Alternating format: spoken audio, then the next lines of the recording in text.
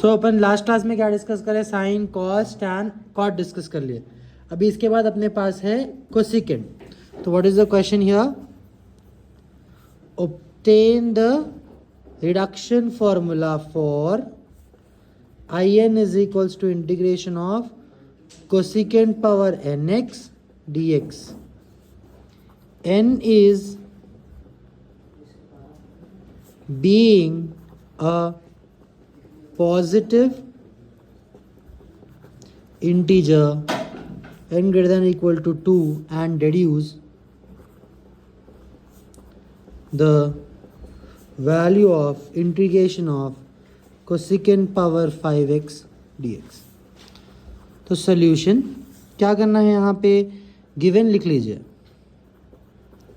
What is the given value here, in is equals to integration of cosecant power nx dx. Then multiply and divide by cosecant square x.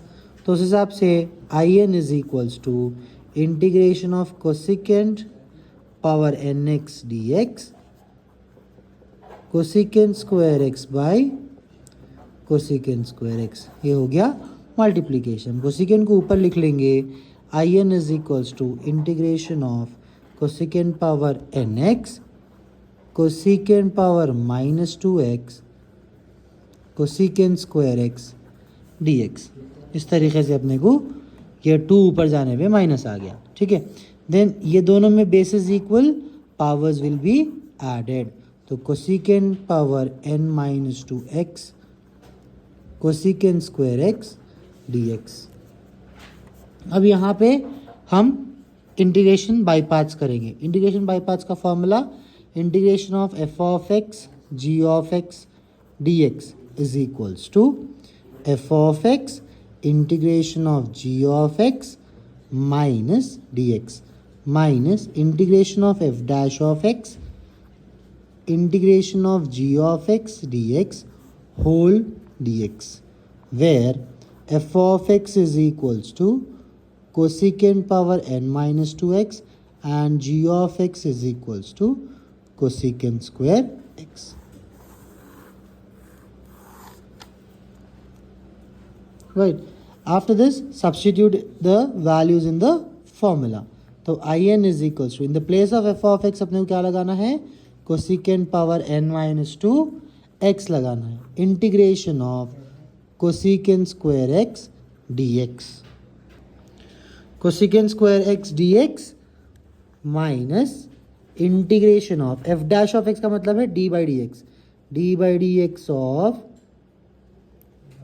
cosecant power n minus 2x फिर integration of cosecant square x dx. 1 by 1 हम क्या करें, खाली फॉर्मूले में सारी चीज़ें substitute कर लिए.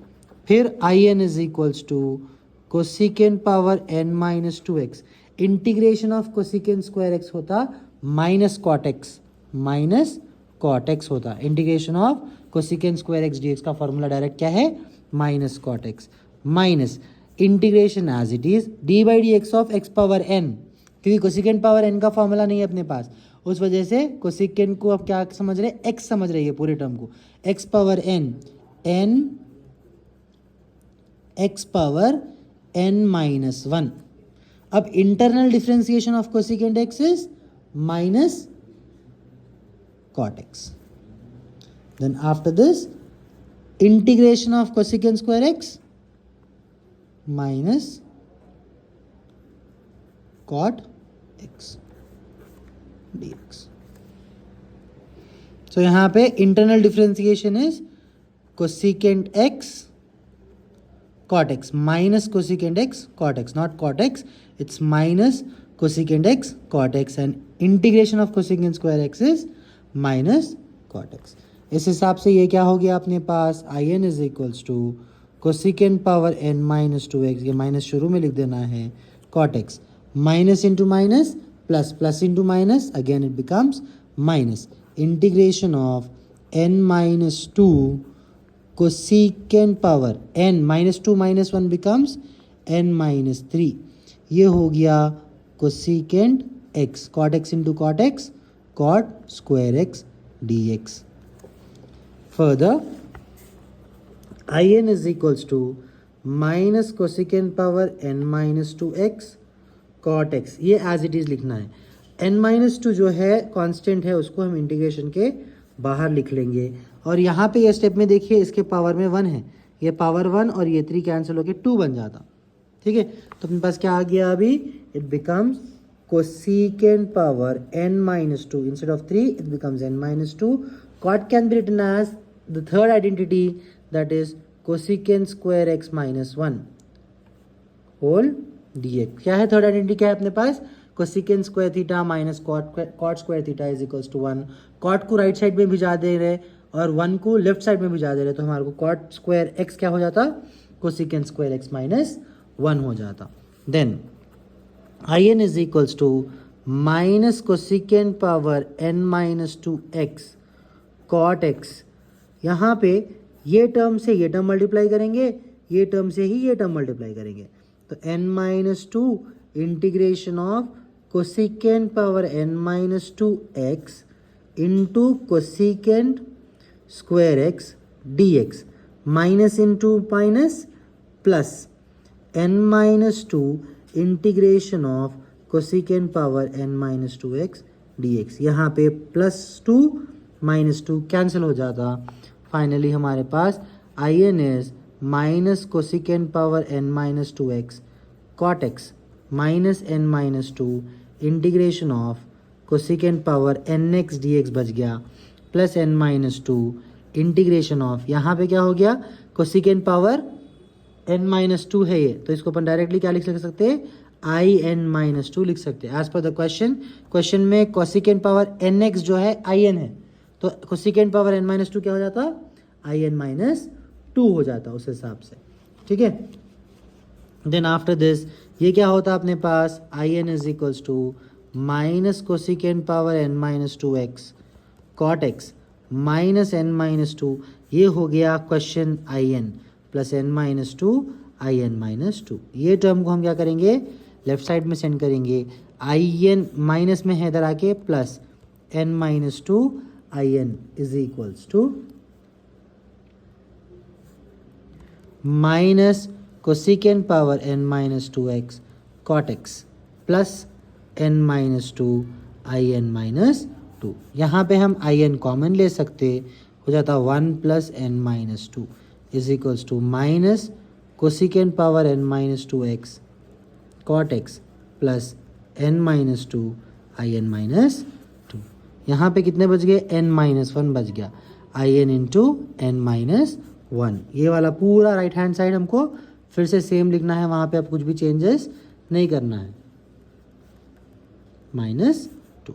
in is equals to minus cosecant power n minus two x cot x plus n minus two in minus two. ये जो है हम उधर भी जा रहे हैं, तो इसके डिवीजन में आ जाता.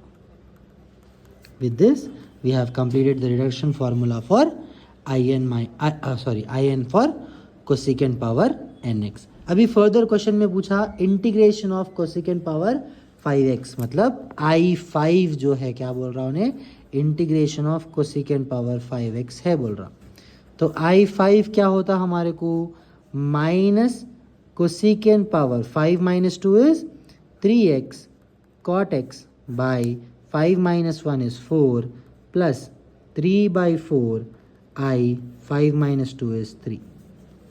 देन वैसे ही I3 क्या होता है, यहाँ पे 3 सब्स्टिट्यूट करिए इनकी जगह पे, cosecant power 3 minus 2 is 1x cot x by 3 minus 1 is 2 plus 1 by 2 I1. 3 minus 2 is 1.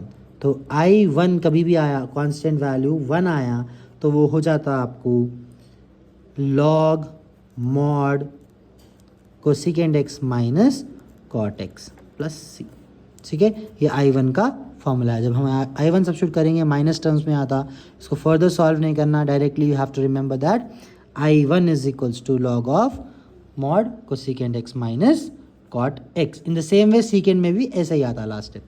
तो सब्स्टिट्यूट कर दीजिए यहाँ पर I5 is equals to minus cosecant cube x cot x plus 3/4 into 2 कितना हो गया 3/8 और ये minus into plus becomes minus 3/8 cosecant x cot x. Then 3/4 into 2 again, it becomes 3/8.